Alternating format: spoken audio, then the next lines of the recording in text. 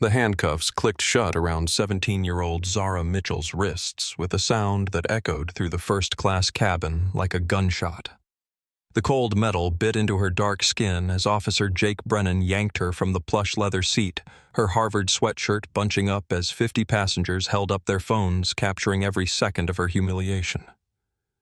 "You picked the wrong day to play pretend, sweetheart." Brennan sneered his badge, catching the overhead lights as he dragged her toward the jet bridge. "Time to learn what happens when kids like you try to sit where you don't belong." They thought she was a fraud. They thought she was a criminal. They thought she was powerless. But as the officer pulled her down the aisle while passengers gasped and cameras rolled, Zara didn't scream. She didn't cry.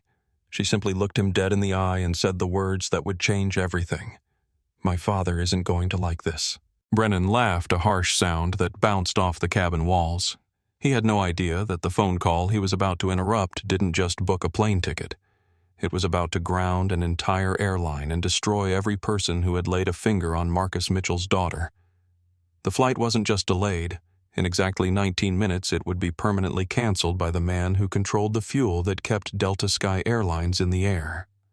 Before we dive deeper into this incredible story, I want to ask you something.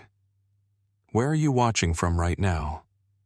Drop your city in the comments below because this story is reaching people all over the world, and I want to know where justice matters to you. And if what you're about to see makes your blood boil the way it did mine, smash that subscribe button and ring the notification bell. Because stories like this deserve to be heard. They deserve to be shared. And they deserve to remind us that sometimes karma arrives in the form of a private jet and a father who refuses to let his daughter be treated like anything less than the queen she is. The Boeing 777, operated by Delta Sky Airlines, had been sitting at Gate 47 of Los Angeles International Airport for exactly 8 minutes when everything went wrong. The smell of conditioned leather and expensive cologne filled the first-class cabin, that distinctive scent of exclusivity that separated the privileged from everyone else. For most people, turning left when boarding an aircraft was a lifelong dream, a bucket list moment they'd save for years to experience. For Zara Mitchell, it was simply Tuesday. She had flown first class dozens of times, usually with her father on business trips or family vacations to places most teenagers only saw in magazines. Today was different, though. Today, she was flying alone. The cabin was a sanctuary of muted conversations and the gentle hum of air conditioning. Zara adjusted her noise-canceling headphones over her ears, drowning out the ambient sounds of the busy airport tarmac visible through the oval windows. She was dressed for comfort, not to impress anyone. Her oversized Harvard University sweatshirt hung loose on her slender frame, paired with black leggings and worn Converse sneakers that had carried her through 4 years of high school. Her natural hair was pulled back in a simple ponytail, and her face was free of makeup. To anyone who didn't know better, she looked like a scholarship student who might have scraped together enough frequent flyer miles for a lucky upgrade. That assumption would prove to be their biggest mistake. Zara settled into Seat 1A, the premium position in the first-class cabin. The lie-flat pod came complete with a sliding privacy door, a 14-inch entertainment screen, and enough space to spread out her study materials.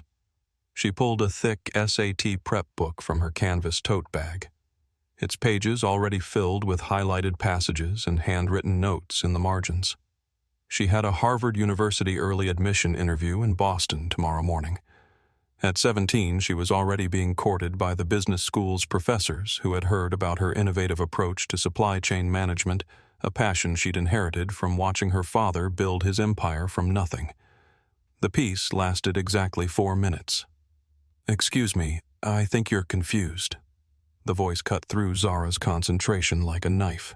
It was shrill, dripping with a mixture of condescension and barely contained rage. The woman speaking wasn't whispering. She wanted everyone in first class to hear exactly what she thought about the young black girl who dared to sit in the front of the plane. Zara didn't look up immediately, assuming the woman was speaking to someone else. A manicured hand adorned with a diamond ring the size of a marble tapped aggressively against the shell of her seat pod, the sharp sound echoing in the quiet cabin. "Young lady, I said you are confused." This time, Zara slid her headphones down to rest around her neck and looked up. Standing in the aisle like an avenging angel of privilege was a woman who looked like she'd walked straight out of a country club membership directory from 1955. Vivian Thornfield was in her early 60s, wearing a cream-colored Chanel suit that probably cost more than most people's cars. Every strand of her silver blonde hair was sprayed into perfect submission, and her face was set in an expression of such profound disgust that it seemed permanently etched into her features. She clutched a crocodile skin Birkin bag worth more than a semester at Harvard. "Can I help you?" Zara asked, her voice calm and measured, despite the woman's obvious hostility. "You can help yourself by gathering your things and moving back to economy where you belong." Vivian snapped her voice loud enough to make the businessman in seat 1B look up from his Wall Street Journal. "This is first class, specifically row 1. My row." Zara blinked once, processing the audacity of what she'd just heard. She reached into her pocket and pulled out her boarding pass, checking it against the seat number on the overhead bin. "I'm sorry, ma'am, but my boarding pass says 1A. I think you might be mistaken." Vivian Thornfield, whose name appeared on hospital wings and charity galas throughout the tri-state area, let out a sharp, incredulous laugh. She turned to the other first-class passengers seeking an audience for her performance. "Did you hear that? She thinks she has a legitimate ticket.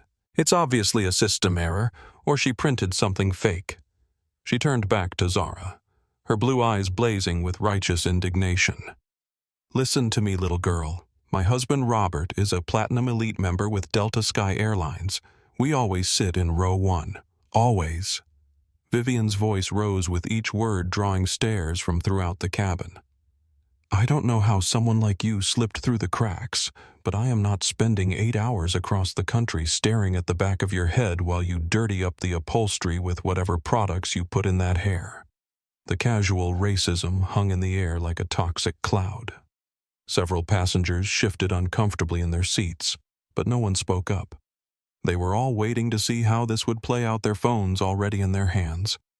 Zara's expression didn't change, but something hardened in her dark eyes. She had dealt with people like Vivian Thornfield her entire life. Being the daughter of Marcus Mitchell, CEO of Titan Industries, and one of the most powerful men in American aviation, meant she navigated spaces of extreme wealth daily. It also meant she knew exactly how these people operated when they thought no one important was watching. Ma'am Zara said, her voice dropping an octave and becoming cooler. "I paid for my ticket. I suggest you check your own boarding pass. Perhaps you're in 1F. "I am never in F." Vivian shrieked, her composure finally cracking completely. She pressed the flight attendant call button repeatedly, stabbing it like she was trying to puncture the aircraft itself. But Zara wasn't moving. She had learned the rules of this game years ago, and for the first time in her life she held all the cards.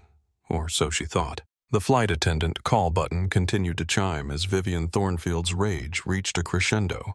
But to understand how we got to this moment, we need to rewind and meet the extraordinary young woman at the center of this storm. Zara Mitchell hadn't always known she was different. As a child, she thought everyone's father owned buildings that stretched into the clouds and had meetings with people whose faces appeared on magazine covers. She thought every family had drivers and security teams and vacation homes in 3 different countries. The awakening came when she was 12 years old. It was a Saturday afternoon in Beverly Hills, and Zara had convinced her mother to let her shop for her own clothes instead of having them delivered to the house. She wanted to feel normal, to browse through racks like other kids her age did in the movies. She had walked into an upscale boutique wearing ripped jeans and a plain t-shirt, her allowance money burning a hole in her pocket. The moment she stepped through the glass doors, conversations stopped. Eyes followed her every movement. A sales associate with bleached blonde hair and a fake smile began trailing 3 steps behind her, pretending to straighten merchandise that was already perfectly arranged.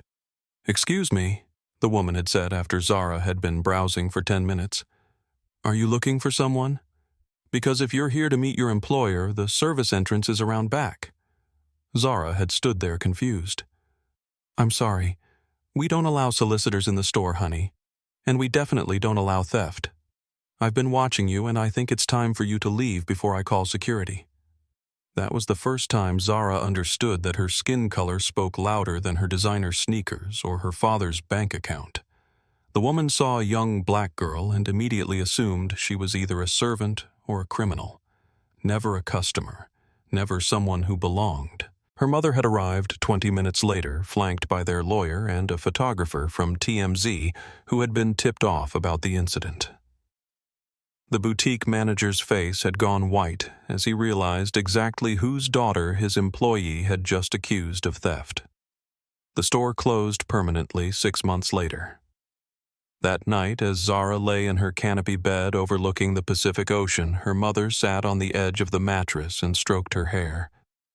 Baby girl, she had said softly, there are going to be people in this world who look at your beautiful brown skin and decide they know everything about you before you even open your mouth. They're going to assume you don't belong in the same rooms they do, that you don't deserve the same opportunities, the same respect, the same basic human dignity. Zara had nodded, tears still fresh on her cheeks. But here's what I want you to remember, her mother continued. Your father built an empire from nothing because he refused to let other people's assumptions define his limitations. He turned every closed door into a reason to build his own building. And someday, when you're ready, you're going to do the same thing. What if I'm not as strong as Daddy? Zara had whispered. Her mother smiled. Sweetheart, strength isn't about having the biggest voice in the room. It's about knowing your worth even when everyone else refuses to see it. And your worth isn't determined by whether some ignorant person in a store thinks you belong there. Your worth is determined by how you choose to carry yourself when the world tries to make you small. Those words had become Zara's armor over the years. Every time someone questioned her presence in advanced placement classes, every time a teacher assumed she was only there because of diversity quotas, every time someone looked surprised that she could afford the same luxuries they took for granted, she remembered her mother's voice. Never let them make you smaller, baby. Now, 5 years later, sitting in first class while Vivian Thornfield had what could only be described as a public meltdown, Zara felt that same familiar sensation of being judged by the color of her skin rather than the content of her character.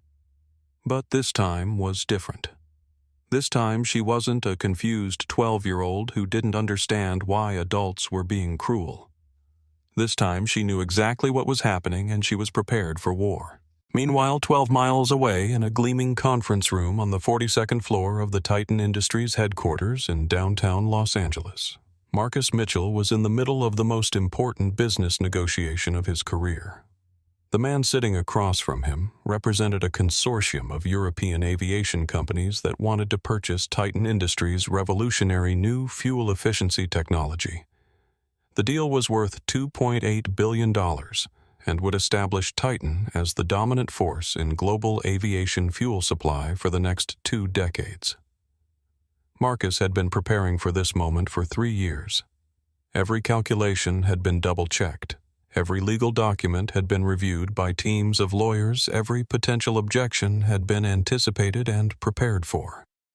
This was the culmination of everything he had worked toward since building his first refueling station in a parking lot in South Chicago 25 years ago. But to understand Marcus Mitchell's empire, you need to understand how it began. He grew up in the Robert Taylor Homes, a public housing project on Chicago's South Side that most people only knew about from crime statistics on the evening news. His mother worked 3 jobs to keep food on the table and clothes on his back. His father had been gone since before Marcus could form memories. The projects were supposed to be temporary housing, a stepping stone to something better. For most families, they became a trap that lasted generations. Marcus decided early that he was going to be different. He was 8 years old when he started washing cars in the parking lot of a nearby gas station for $2 each. By the time he was 12, he had saved enough money to buy a used lawnmower and start cutting grass in the wealthier neighborhoods 15 miles north. By 16, he was running a small landscaping crew with 6 of his classmates. The summer before his senior year of high school, Marcus was cutting grass at a small private airport when he noticed something that would change his life forever. The planes that landed there needed fuel, but the nearest supplier was 30 miles away. Every delivery cost extra money because of the distance, and sometimes flights were delayed waiting for fuel trucks to arrive. Marcus saw an opportunity. He used every penny he had saved from his landscaping business, plus a loan from a neighborhood credit union that took a chance on an 18-year-old with more dreams than collateral to purchase his first fuel truck. Within 6 months, he had exclusive contracts with 12 small airports across Illinois. By the time he was 25, Titan Industries was supplying fuel to major airports in 6 states. By 30, he had expanded into aircraft maintenance and logistics coordination. By 35, his company was handling fuel distribution for 40% of domestic flights in the United States. Today, at 45, Marcus Mitchell controlled the largest aviation fuel supply network in North America.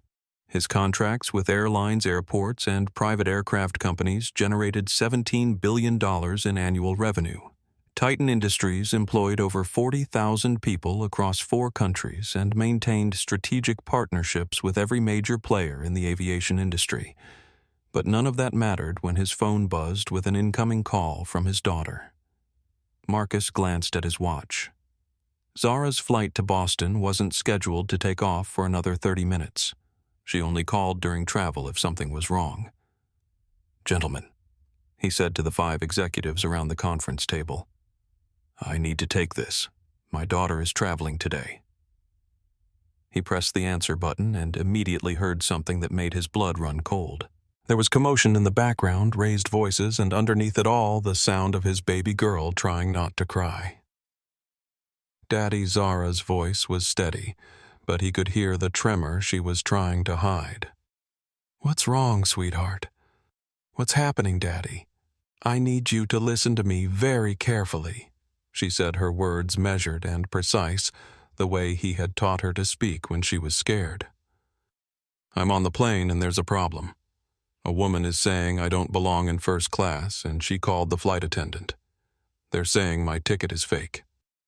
Marcus stood up from the conference table, every muscle in his body tensing. "Are you safe? Has anyone touched you?" "Not yet. But Daddy, I think they called security. I can hear them talking about having me removed." That was when Marcus Mitchell, one of the most powerful men in American business, made a decision that would change dozens of lives forever. "Zara, I need you to stay calm and stay in your seat. Don't move, don't argue, don't give them any reason to escalate.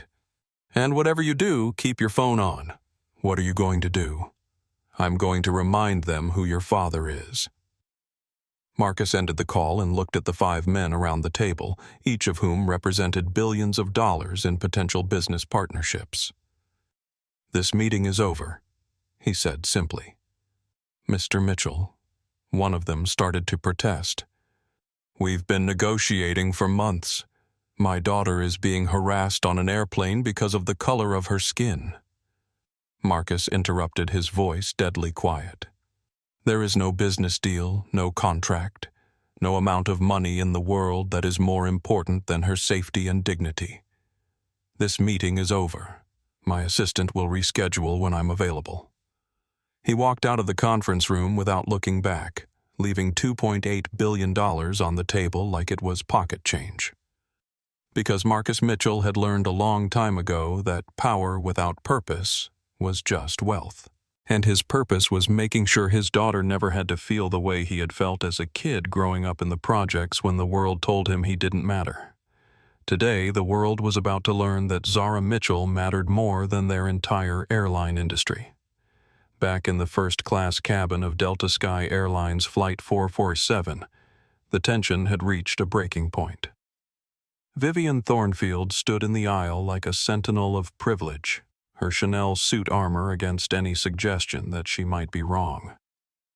The other passengers had given up any pretense of minding their own business and were openly staring at the confrontation unfolding in row 1. "Where is the flight attendant?"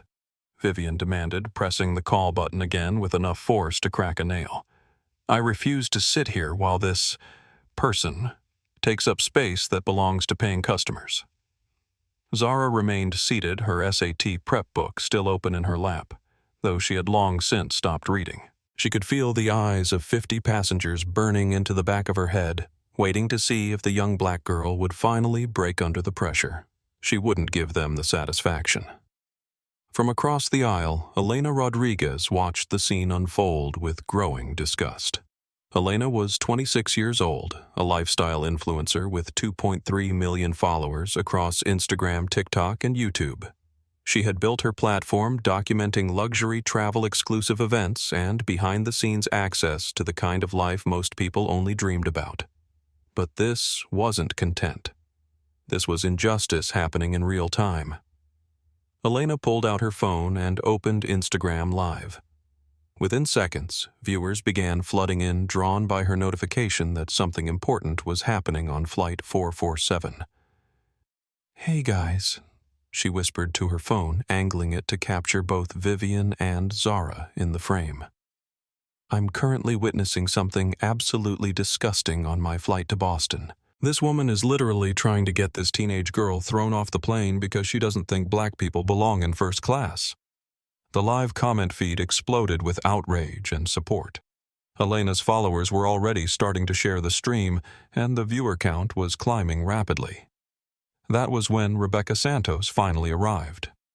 Rebecca was 29 years old, 5 years into her career with Delta Sky Airlines and desperately seeking promotion to senior flight attendant. She knew that keeping high-status passengers happy was the key to advancing in the airline industry, and Vivian Thornfield was clearly someone important. The diamond jewelry alone probably cost more than Rebecca made in a year. "Mrs. Thornfield," Rebecca said with a practiced smile, "I'm so sorry to keep you waiting. How can I assist you today?" Vivian's face lit up with vindication. "Finally, Rebecca, I need you to remove this person from my seat immediately. She's clearly confused about where she belongs, and she's making the other passengers extremely uncomfortable." Rebecca looked at Zara for the first time, taking in her casual clothes, her youth, her race.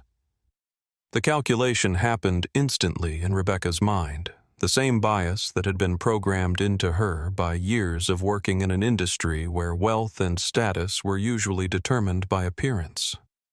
The girl didn't look like she belonged in first class. Miss Rebecca said, leaning over the pod wall with a forced smile, "May I please see your boarding pass?" Zara held it up without a word. The barcode was clearly visible along with her name and seat assignment. 1A, first class, purchased and paid for. Rebecca took the pass and scanned it with her handheld device. The system confirmed what was already obvious: legitimate ticket, legitimate passenger, legitimate seat assignment. But Vivian was watching, and Rebecca knew that customer service meant keeping the right customers happy. "I'm showing a system error." Rebecca lied, smoothly handing the boarding pass back. "It appears there was a double booking situation. Mrs. Thornfield is a Legacy Platinum member, so we'll need to find you another seat." Elena's live stream was now being watched by over 50,000 people, and the comments were coming in so fast she couldn't read them all. But the message was clear. This was discrimination, plain and simple, and her followers were furious. "This is unbelievable," Elena whispered to her phone. "The flight attendant just lied." I watched her scan the ticket. It worked perfectly, and now she's claiming there's a system error because this racist woman complained. Zara looked directly at Rebecca. "Ma'am, with respect, that's not accurate. Your scanner confirmed my boarding pass. There is no double booking error. This woman simply doesn't want to sit near a black person, and you're enabling her racism instead of following airline policy." The directness of Zara's response caught Rebecca off guard. Most teenagers would have been intimidated by now, backing down in the face of adult authority. But there was something in this girl's voice, a confidence that suggested she was used to being heard in rooms where important decisions were made. "Miss, there seems to be a misunderstanding." "There's no misunderstanding," Zara interrupted calmly. "According to Delta's own policies, which are available on your website, passengers cannot be removed from confirmed seats due to complaints about their race appearance or perceived social status. What you're doing right now is illegal discrimination, and it's being recorded by multiple passengers." Rebecca's smile faltered. The girl was right about the policies, and more concerning, she seemed to know exactly what she was talking about. Vivian stepped forward, her patience finally exhausted. "I don't care about policies. I care about the fact that I paid full price for first-class service, and part of that service is not having to sit next to people who clearly don't belong here." She gestured at Zara dismissively. "Look at her torn sweatshirt, cheap shoes, probably never even been on an airplane before today. She's either a diversity hire getting a free ride, or she stole that ticket from someone who actually earned it." The cabin fell completely silent. Even the business travelers who had been trying to ignore the confrontation looked up from their laptops and newspapers. Vivian had crossed a line that couldn't be uncrossed. Elena tilted her phone to get a better angle on Vivian's face. "Did everyone just hear that? This woman literally just said that black people can't earn first-class tickets? In 2024. On camera. The live stream viewer count had climbed to over 100,000. Screenshots of Vivian's face were already being shared across social media platforms, along with clips of her most offensive statements. Zara remained perfectly still, but something had changed in her expression. The polite, accommodating teenager was gone, replaced by someone much older and more dangerous. "Ma'am," she said, her voice carrying a quiet authority that made everyone in the cabin lean forward to listen. "You've just made the biggest mistake of your life." Vivian laughed, a harsh sound that echoed off the cabin walls. "Really? And what exactly do you think you're going to do about it, little girl? Write a complaint letter?" "No," Zara said simply. "I'm going to make a phone call." Rebecca sensed that the situation was spiraling beyond her control.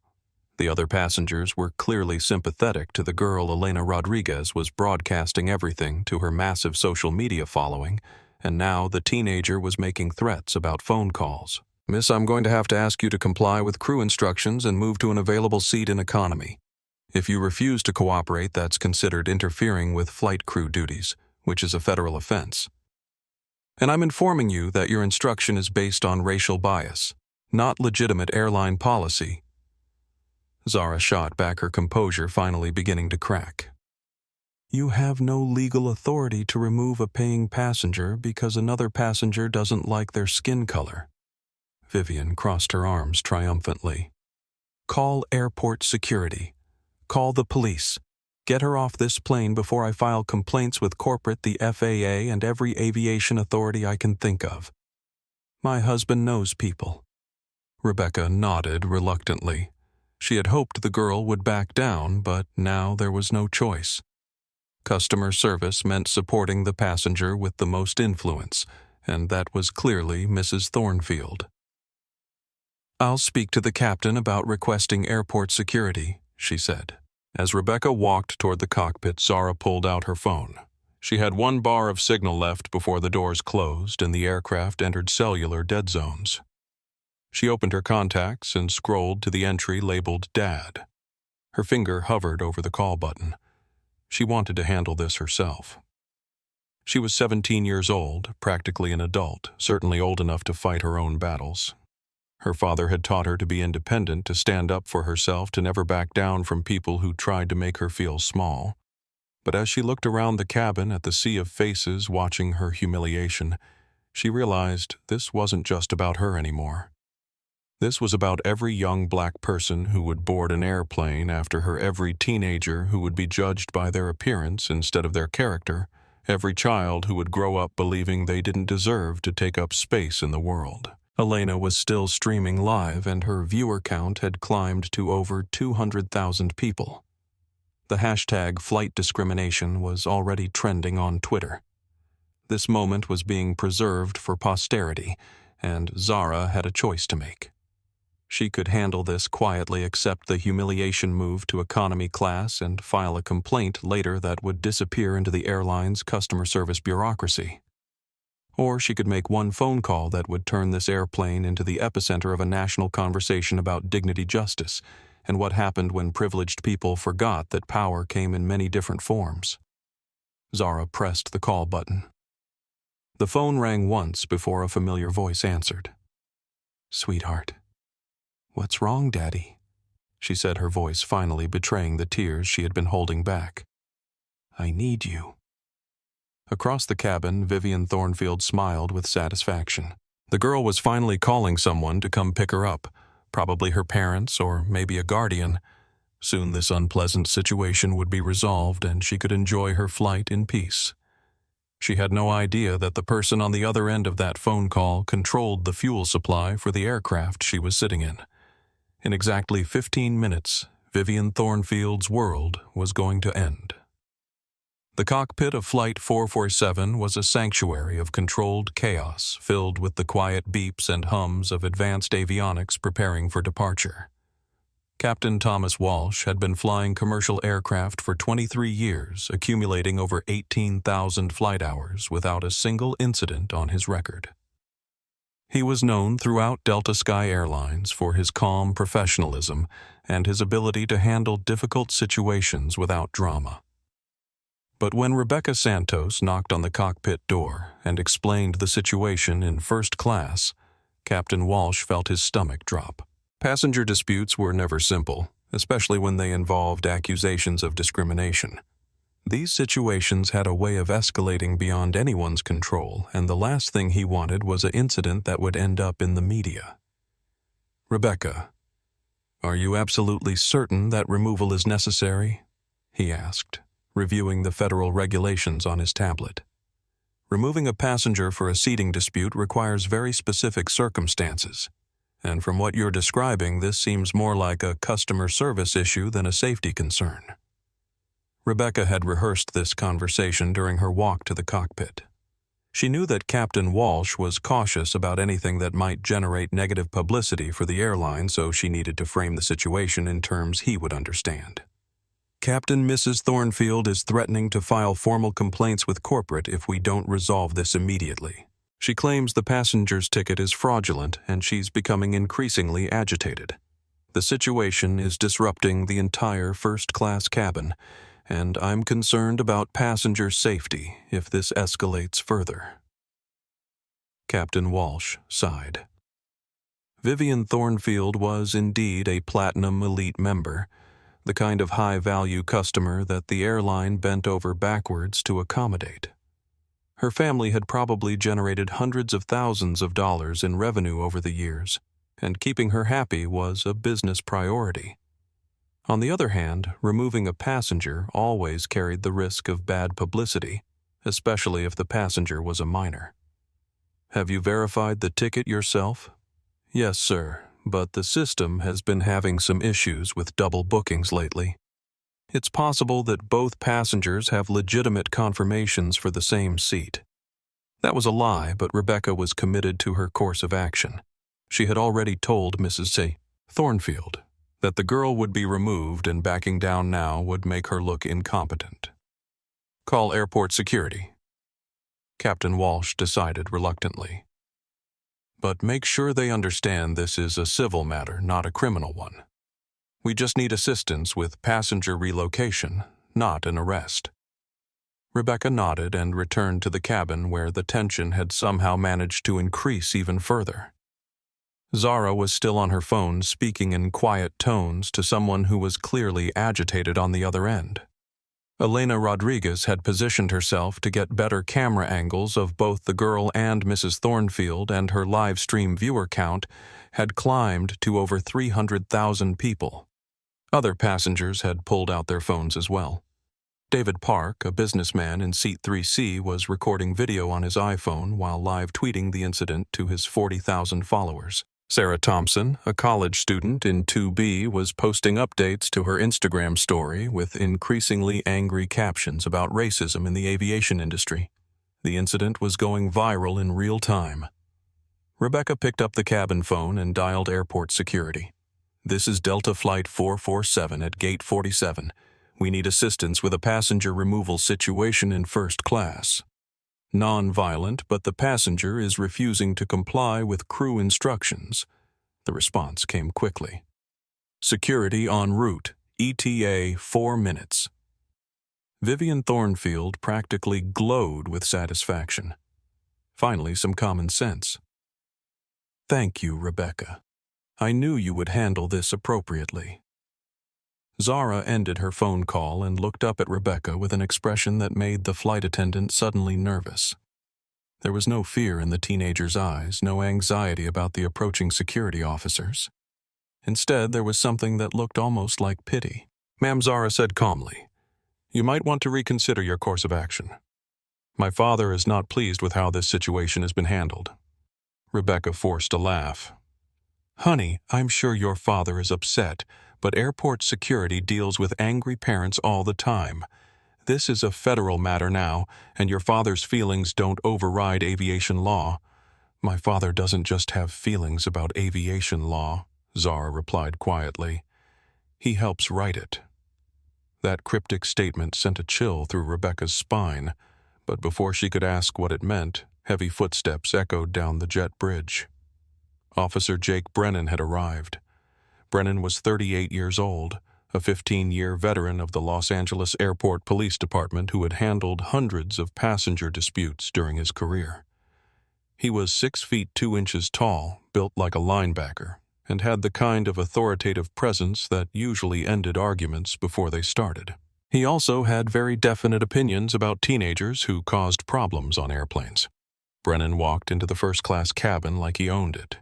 His uniform crisp, his badge polished, his hand resting casually on his radio. He took one look at Zara and immediately understood what kind of situation he was dealing with. Young, black, sitting where she probably didn't belong.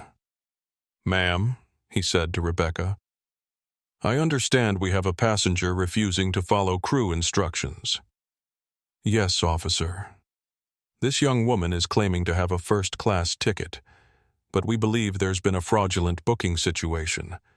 She's refusing to move to an available seat in economy." Brennan looked at Zara, taking in her casual clothes, her youth, her race. In his experience, kids like this were usually trying to scam the airline somehow, either with fake tickets or by claiming upgrades they hadn't paid for. "Miss, I'm going to need to see some identification and your boarding documentation." Zara handed over her driver's license and boarding pass without argument. Brennan examined them both, noting that the ID appeared legitimate and the boarding pass looked real. But appearances could be deceiving, and Rebecca had already explained the situation. "These documents appear to be in order," he said carefully, "but the flight crew has determined that there's been a booking error. I need you to gather your belongings and come with me." "Officer," Zara said, her voice still maddeningly calm, "before you make any decisions you might regret, I suggest you verify the authenticity of my ticket with your supervisor. I also suggest you review Delta Sky Airlines policies regarding passenger removal for discriminatory complaints." Brennan's jaw tightened. He didn't appreciate being lectured about policy by a teenager, especially one who was clearly trying to delay the inevitable. "Miss, I've been doing this for 15 years. I know airline policy, and I know when someone is trying to cause problems. You have 2 choices. You can come with me voluntarily, or I can arrest you for interfering with flight operations. Which would you prefer?" Elena Rodriguez zoomed in on Brennan's face with her phone camera. Her live stream had now reached 500,000 viewers, and the comments were flooding in faster than she could read.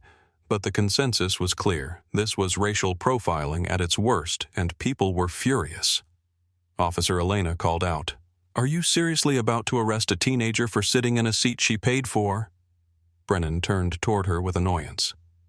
"Ma'am, I need you to stop recording and stay out of police business.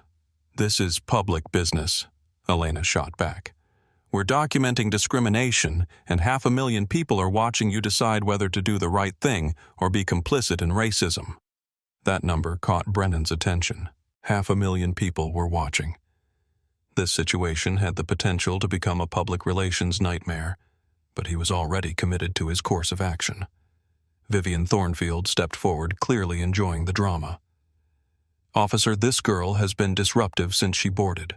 She's making wild claims about her father and threatening the flight crew. For all we know, that ticket is stolen." Zara looked at Vivian with something approaching amazement. "Ma'am, you just accused me of theft in front of a police officer and 500,000 witnesses. I hope you understand the legal implications of making false accusations." "I'm not making false accusations," Vivian snapped. "I'm stating obvious facts. Girls like you don't belong in first class unless someone made a mistake or you're running some kind of scam." The cabin fell silent. Even Officer Brennan looked uncomfortable with the naked racism in Vivian's statement. Zara stood up slowly, her movements deliberate and controlled.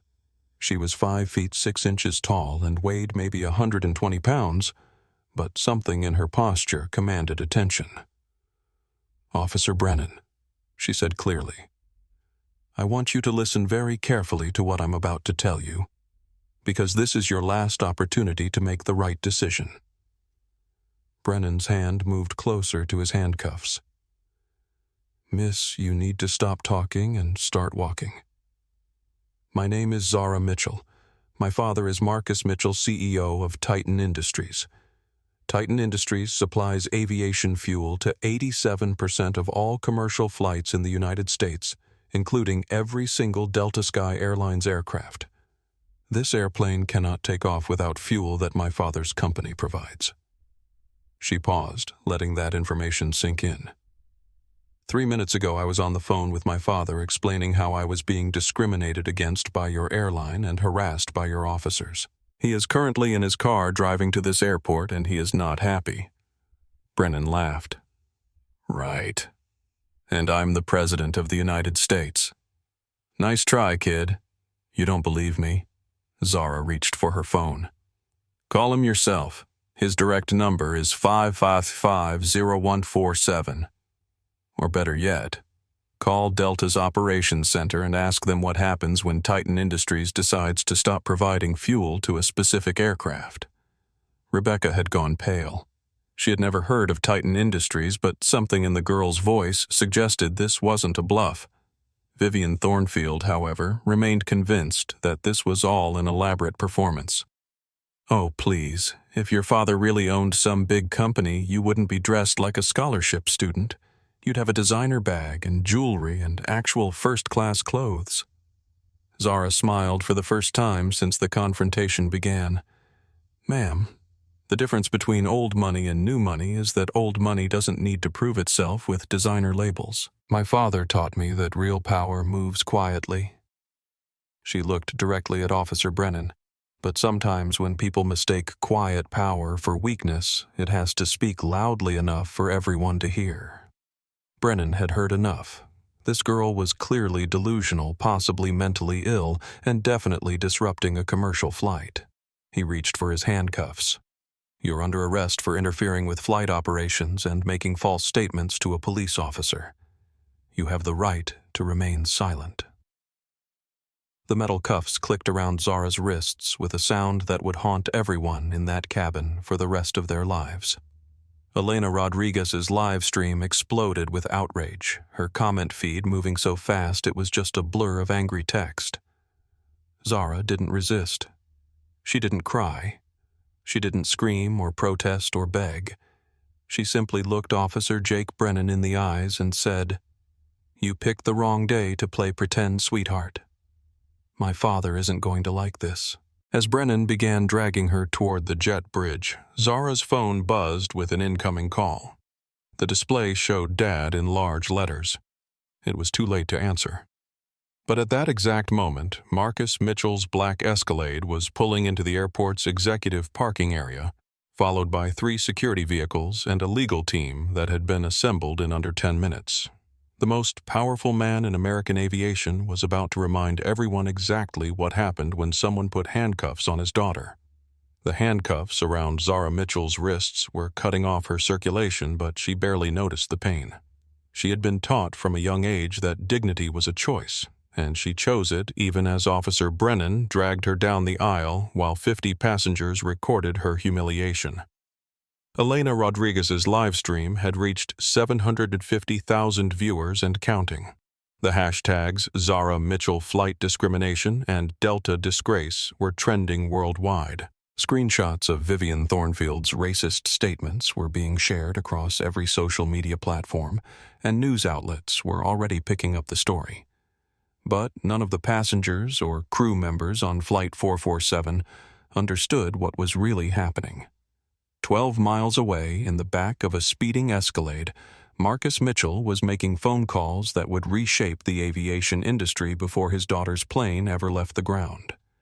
"Luis," he said into his phone, speaking to Luis Martinez, his head of security. "I need you to coordinate with LAX ground control. Delta Flight 447 is not cleared for takeoff until I say so. Sir, what grounds do I give them for the delay?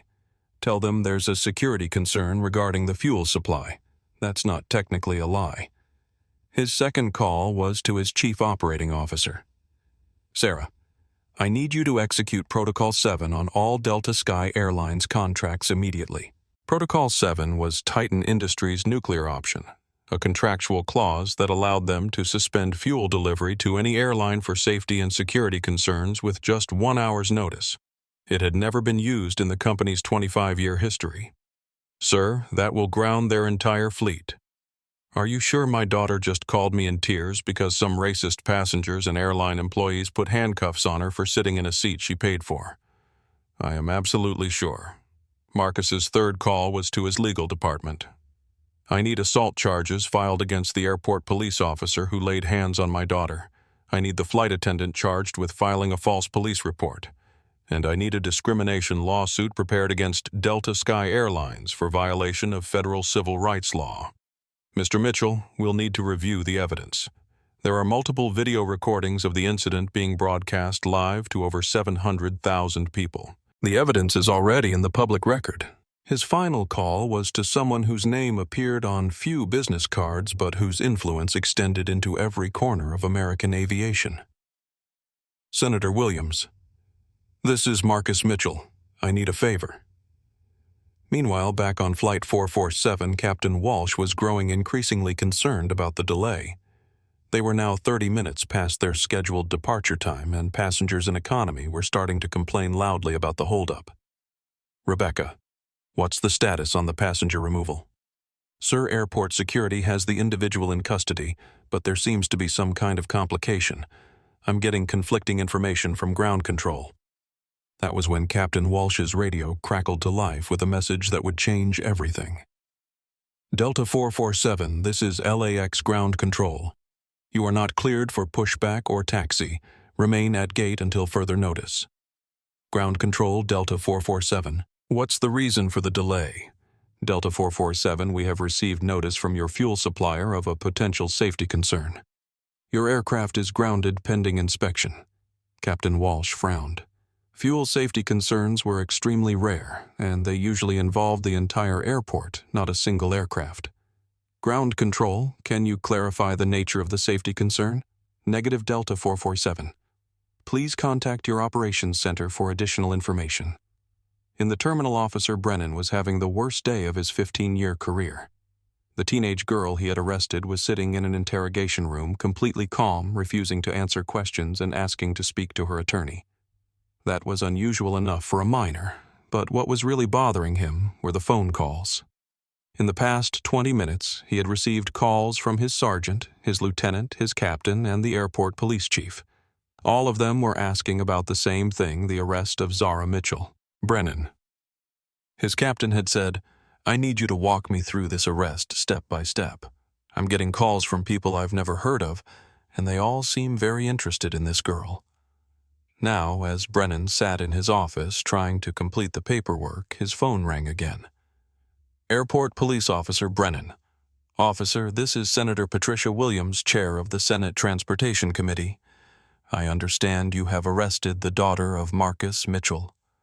Brennan nearly dropped the phone. A United States senator was calling him directly about his arrest. Ma'am, Yes, I arrested a minor who was disrupting flight operations. Officer Brennan, I want you to listen very carefully. Marcus Mitchell is one of the most important people in American aviation. His company controls the fuel supply for nearly every commercial flight in this country. If he decides that your airport is unsafe for his fuel trucks, every airline in Los Angeles will be grounded. Senator, I was just doing my job. Your job is about to become very complicated. Mr. Mitchell is en route to the airport with a team of federal attorneys.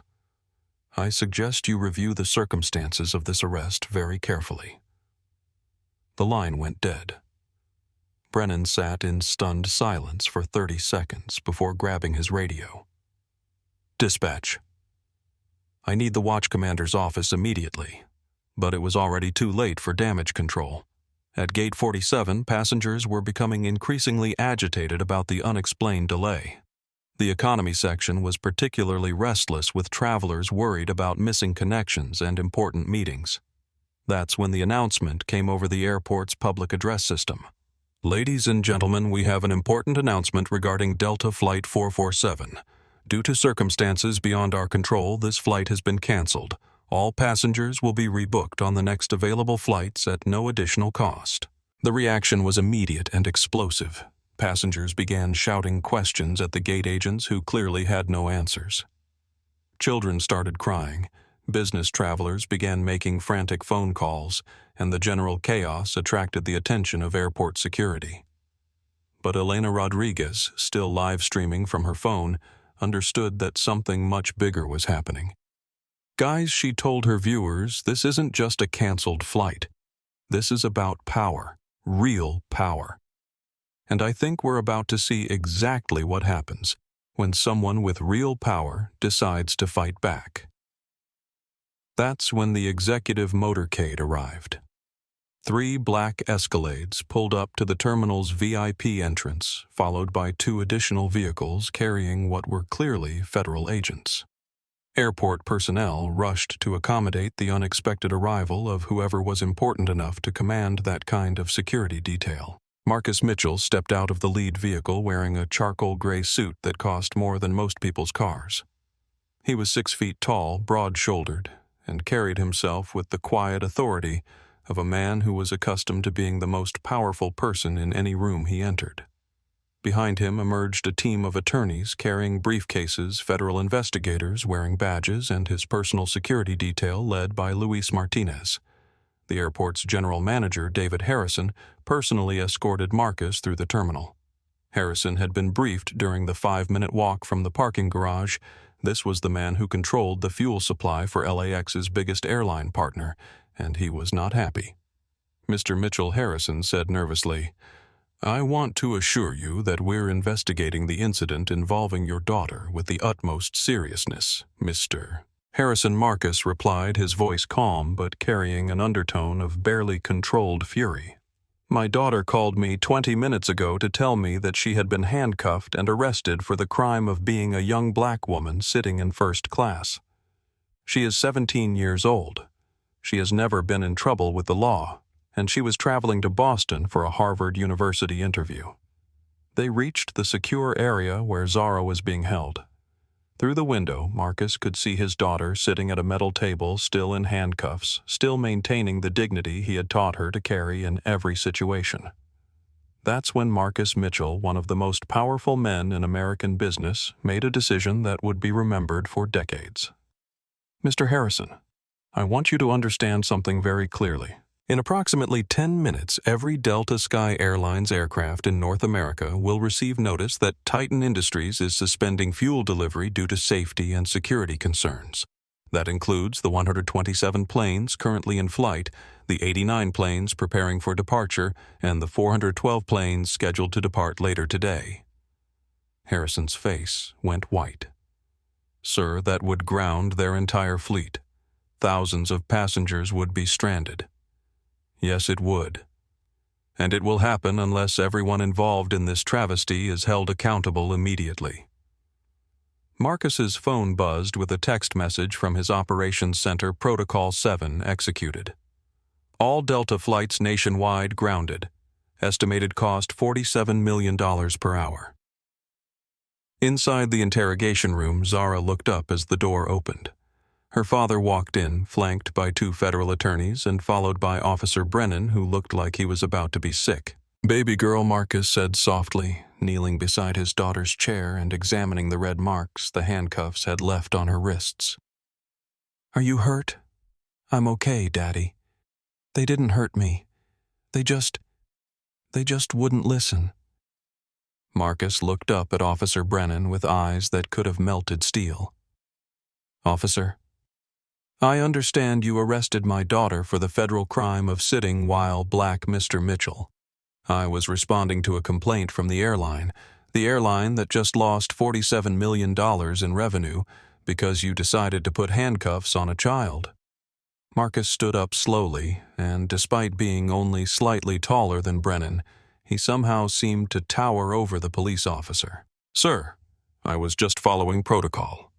Your protocol was to arrest a minor without investigating the complaint, without verifying the facts, and without considering that multiple passengers were filming your actions." Marcus's voice never rose above conversational level, but every word hit like a hammer blow. One of the federal attorneys stepped forward. "Officer Brennan, I'm Special Agent Catherine Morrison with the FBI's Civil Rights Division. We'll be investigating this incident as a potential violation of federal civil rights law." Brennan's knees nearly buckled. Federal investigation, FBI involvement. This was supposed to be a simple passenger removal, not a career-ending catastrophe. "Can someone please remove these handcuffs from my daughter?" Marcus asked quietly. Brennan's hands shook as he unlocked the cuffs. The red marks on Zara's wrists were clear evidence of how tightly they had been applied. "Thank you," Marcus said. Then he turned to the federal attorney. "I want assault charges filed immediately. Sir, we'll need to complete our investigation." "Agent Morrison, my daughter's civil rights were violated by a law enforcement officer acting under color of law. That is a federal felony. The evidence is recorded on multiple devices and has been viewed by over 1 million people.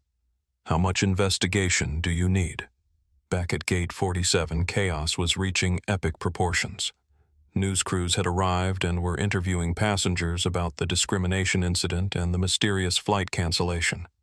Social media was exploding with theories about what was happening, but the most important conversation was taking place between Marcus Mitchell and the people who had humiliated his daughter. Vivian Thornfield was sitting in the gate area frantically trying to reach her husband on her phone. The calls weren't going through because Robert Thornfield was currently in an emergency board meeting trying to explain to his investors why their biggest shipping contract had just been canceled without warning. "Mrs. Thornfield," a voice said behind her. She turned to see a tall black man in an expensive suit flanked by security personnel and followed by news cameras. "I'm Marcus Mitchell. I believe you've met my daughter." Vivian's mouth fell open as she finally understood who Zara really was. I didn't know. You didn't know what that black people can afford first-class tickets, that teenagers can come from wealthy families, or that actions have consequences." Marcus pulled out his phone and made a call while Vivian watched in growing horror. "Robert, this is Marcus Mitchell, CEO of Titan Industries. I'm calling to inform you that your shipping contracts with my company have been terminated effective immediately." He put the phone on speaker so Vivian could hear the response. "Marcus, what's this about? We've had a partnership for 12 years. Your wife spent the afternoon humiliating my daughter on an airplane because she didn't think black children belonged in first class. She called airport police and had my 17-year-old daughter arrested for the crime of sitting in a seat she paid for." Silence on the other end of the line. "Robert, your wife cost my daughter her dignity. So I'm costing you your company. Consider it an exchange rate." Marcus ended the call and looked at Vivian, whose face had gone from red to gray. Mrs. Thornfield, by my calculations, your husband's business will be bankrupt by Friday. Your house in the Hamptons, your yacht in Florida, your art collection, all of it will be sold to pay creditors. I hope humiliating a teenage girl was worth destroying your family's financial future." Vivian collapsed into a chair, finally understanding the magnitude of what she had done. But Marcus wasn't finished. Rebecca Santos was escorted to the gate by airport security, her uniform disheveled, her career in ruins. She had been terminated by Delta Sky Airlines via a phone call from the CEO himself, who had personally apologized to Marcus Mitchell for his employees' actions. "Ms. Santos," Marcus said, "you had multiple opportunities to do the right thing today. You chose instead to enable racism and file false police reports. You'll never work in aviation again." As news of the incident spread, the consequences cascaded through the aviation industry like a tsunami. Delta's stock price plummeted as investors realized the company had lost its primary fuel supplier. Other airlines began distancing themselves from Delta's actions, fearing they might be next. But for Marcus Mitchell, this wasn't about business. It was about a father protecting his daughter and ensuring that no other child would endure what Zara had experienced. As he walked through the terminal, holding his daughter's hand, followed by news cameras, and watched by millions of people around the world, Marcus Mitchell had sent a message that would echo through every airport, every airline, and every boardroom in America. Power without purpose was just wealth. But power with purpose could change the world. And sometimes it only took 18 minutes to ground an entire airline and remind everyone that underestimating a quiet teenager in a Harvard sweatshirt was the most expensive mistake they would ever make. The terminal at Los Angeles International Airport had been transformed into what CNN would later describe as the epicenter of a corporate reckoning. News crews from every major network were broadcasting. Live passengers were giving interviews about what they had witnessed, and social media was exploding with support for Zara Mitchell and outrage at the treatment she had endured. But the real drama was happening in a conference room where Marcus Mitchell was methodically dismantling the careers and reputations of everyone who had wronged his daughter. Officer Jake Brennan sat across from a table filled with federal investigators, civil rights attorneys, and internal affairs officers from his own department. The 15-year veteran who had walked onto Flight 447 with complete confidence was now facing federal charges, the loss of his pension, and the end of his law enforcement career. "Mr. Brennan," said Agent Morrison from the FBI's Civil Rights Division, "you arrested a minor for sitting in an airplane seat she had legally purchased. You did not investigate the complaint. You did not verify the facts, and you ignored multiple passengers who were telling you that the girl had done nothing wrong. Can you explain your reasoning?" Brennan's attorney leaned forward. "My client was responding to a complaint from airline personnel about a disruptive passenger. A 17-year-old girl sitting quietly with a book was disruptive." Agent Morrison's voice carried a tone of disbelief. Or was she disruptive because she was black and sitting in first class? The evidence was overwhelming. Elena Rodriguez's live stream had captured every moment of the confrontation, including Brennan's refusal to listen to passengers who were defending Zara. His own body camera footage showed him making assumptions about Zara's guilt without any investigation. Agent Morrison, Marcus Mitchell, spoke for the first time since entering the room. "I want this man charged with assault under color of law, violation of civil rights, and abuse of authority.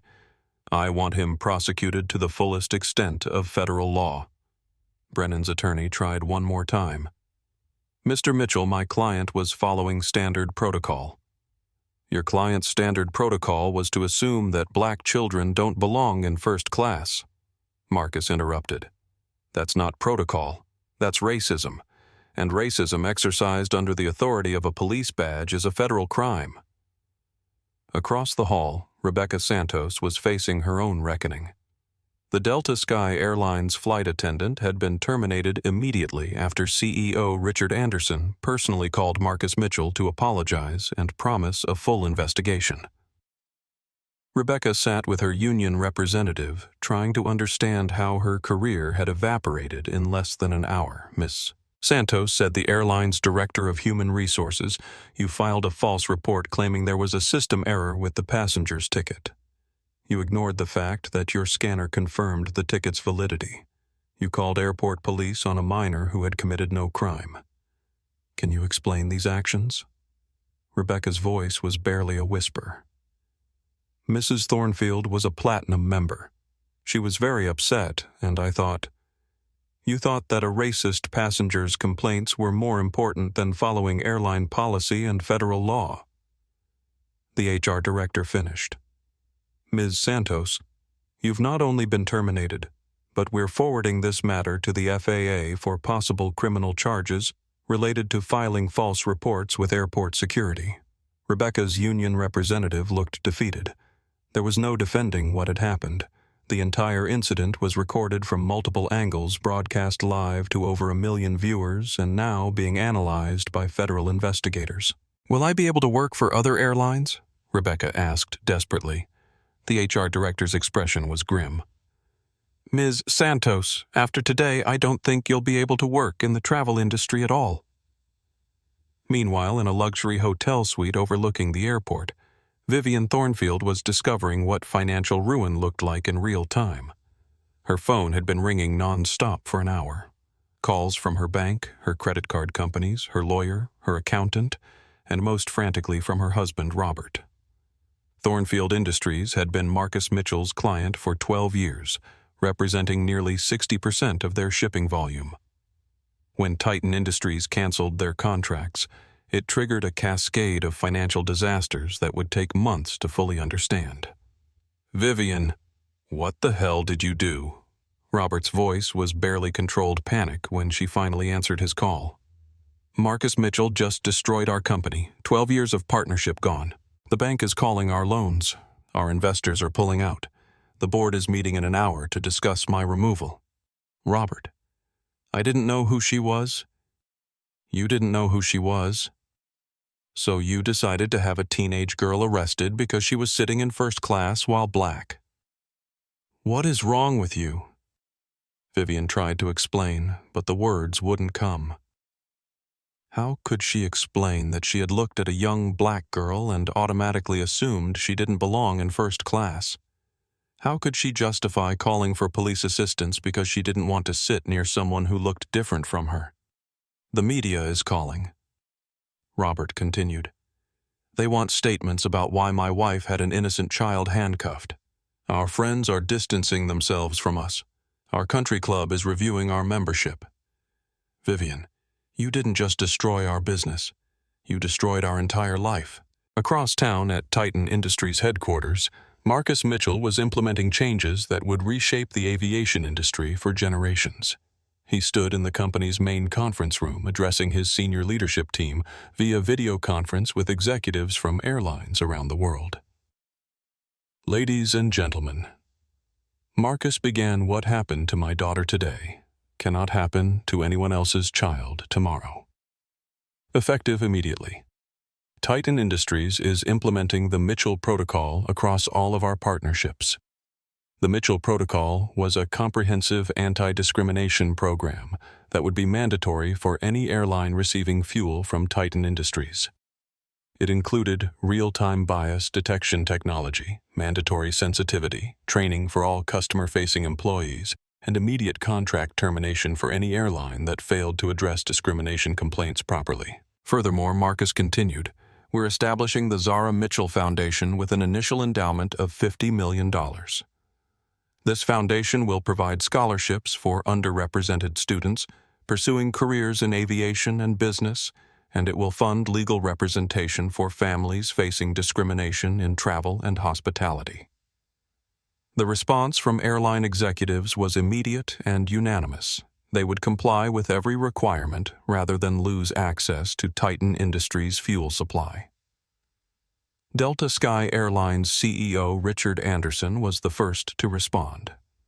Mr. Mitchell, on behalf of our entire company, I want to apologize for the treatment your daughter received. We're implementing immediate policy changes to ensure this never happens again.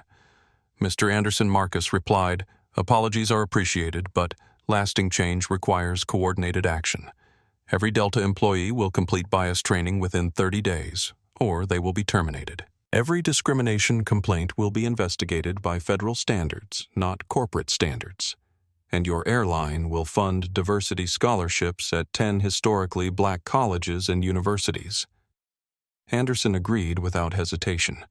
Delta couldn't operate without Titan Industries' fuel supply.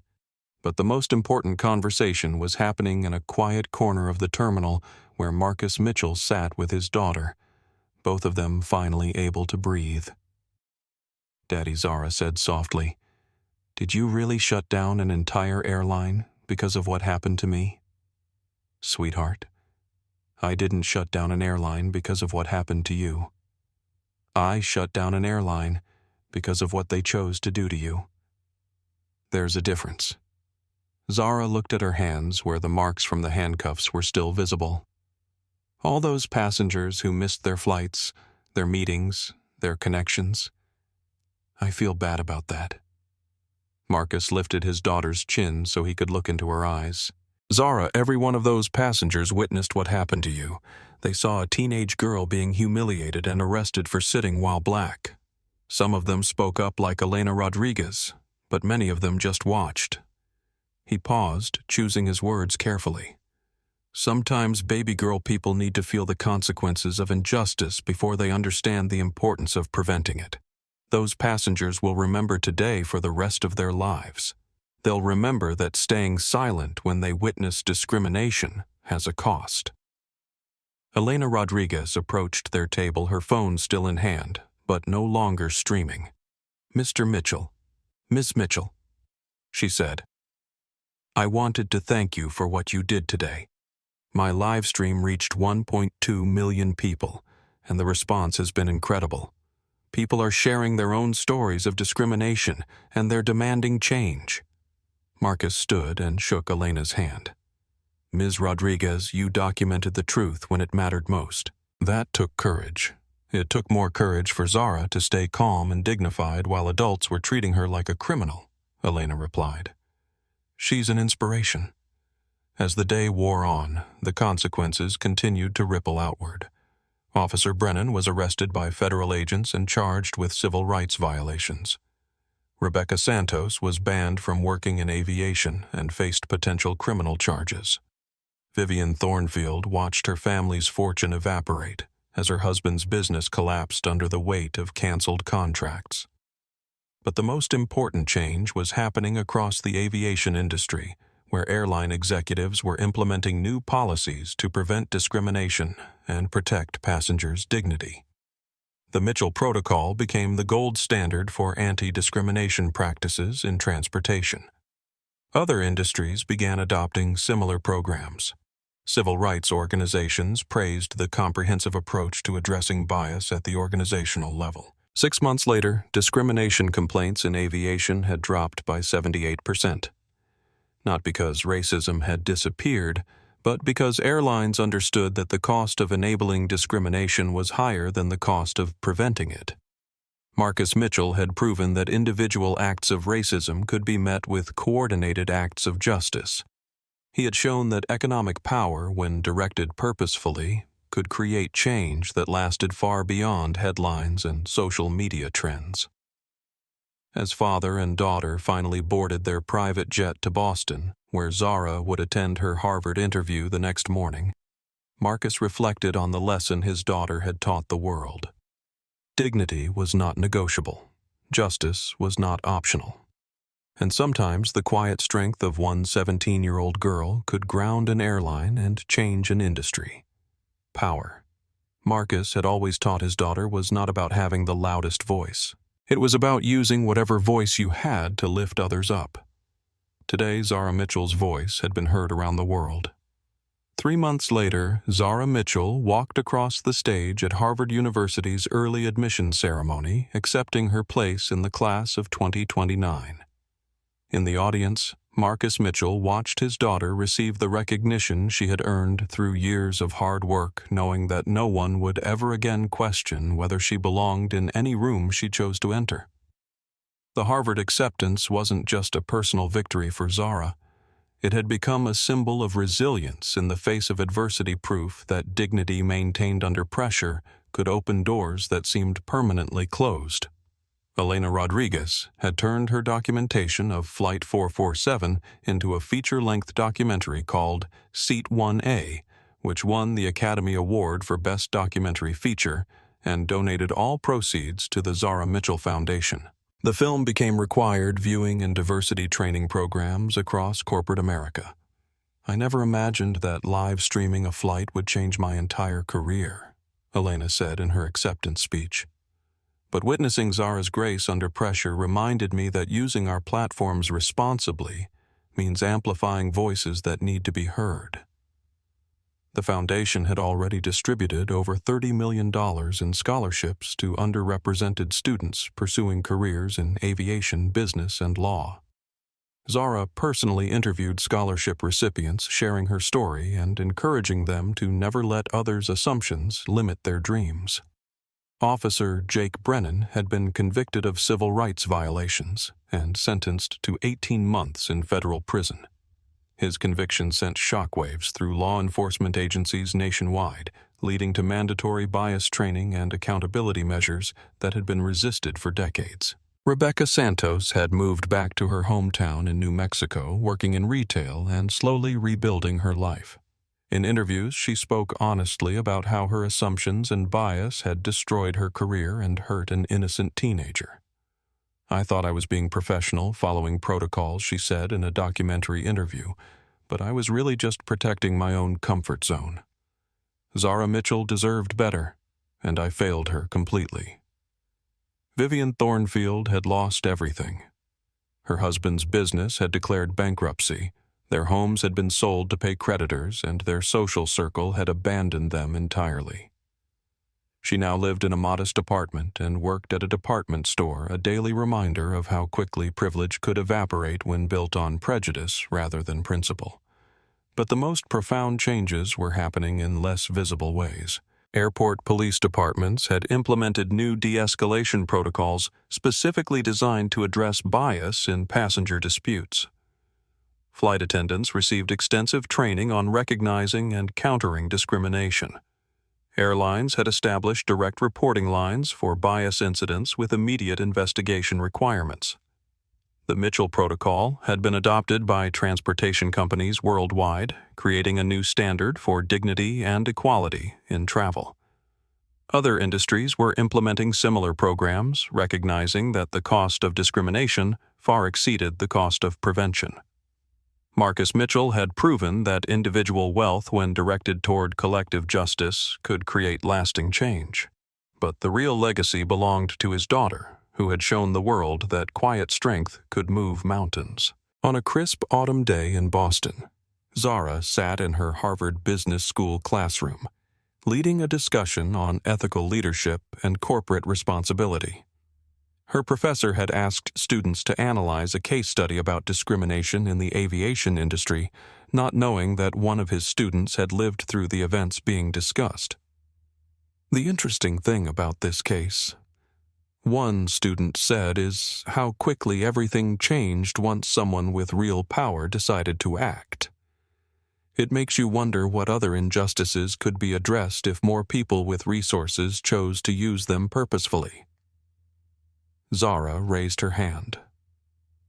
I think the most important lesson isn't about power or resources, she said. It's about dignity. The person in this case study maintained her dignity even when adults were treating her like a criminal. She didn't scream or fight or lose control. She just refused to accept that other people's bias could define her worth. The professor nodded thoughtfully. That's an excellent point. Sometimes the most radical act is simply refusing to be diminished by others' limitations. After class, Zara walked across Harvard Yard, her backpack slung over one shoulder, looking like any other college student. But she carried with her the knowledge that her experience had changed policies at hundreds of companies and inspired thousands of young people who had felt invisible or unwelcome in spaces where they belonged. Her phone buzzed with a text from her father. Saw your interview on CNN this morning. Proud of you for using your voice to lift others up. Mom and I love you." That evening, Marcus Mitchell was giving a keynote address to the National Association for the Advancement of Colored People's annual convention. His speech, titled "Power with Purpose," would be remembered as one of the most important addresses on corporate responsibility and social justice in modern history. 6 months ago, my daughter called me from an airplane where she was being discriminated against for the color of her skin, he told the audience. I could have handled that situation quietly behind closed doors with phone calls and legal settlements that nobody would ever hear about. He paused, looking out at the thousands of faces listening to every word. But quiet solutions to loud injustices don't create lasting change. They just postpone the next incident. My daughter's dignity was violated publicly, so the response needed to be public too. The world needed to see that actions have consequences, that bias has a price, and that silence in the face of discrimination is complicity. The audience rose in a standing ovation that lasted several minutes. "But here's what I want you to remember," Marcus continued as the applause died down. "The real hero of this story isn't the billionaire father who grounded an airline. The real hero is the 17-year-old girl who kept her composure when adults were failing her. She showed us that dignity is a choice, that grace under pressure is power, and that sometimes sitting still when the world wants you to move is the bravest thing you can do." As Marcus left the stage, he thought about a conversation he'd had with Zara the night before. She had called to tell him about a letter she'd received from a young black girl in Mississippi who had been inspired by her story. "Daddy," she said, "she was going to apply to engineering school because she saw what happened to me and realized that she deserved to dream big too. That's when I knew that everything we went through was worth it. Power without purpose was just wealth, but power with purpose could change the world one inspired young person at a time." The legacy of Flight 447 wasn't just about accountability or justice. It was about the simple but revolutionary idea that every person, regardless of age or appearance, deserved to be treated with dignity and respect. And sometimes when that dignity was threatened, it took a father's love and a daughter's courage to remind the world that underestimating quiet strength was the most expensive mistake anyone could make. In the end, Zara Mitchell had done more than reclaim her seat in first class. She had secured a place for every young person who would travel after her, ensuring that their worth would never again be determined by others' assumptions. That was a legacy worth fighting for. That was power with purpose. And that was how an 18-minute confrontation on a delayed flight became a movement that changed an industry and inspired a generation to demand the dignity they deserved. If you believe everyone deserves respect, regardless of how they look or where they come from, share this story. Because stories like this remind us that justice sometimes wears a Harvard sweatshirt and arrives with the quiet confidence of someone who knows their worth. Have you ever witnessed discrimination or been treated unfairly because of how you looked? Share your story in the comments below, because your voice matters. And if this story moved you, hit that like button and subscribe to the channel. Ring the notification bell so you never miss stories about justice, courage, and the power of standing up for what's right. Until next time, remember that dignity is always a choice, and choosing it can change everything. Thank you for watching.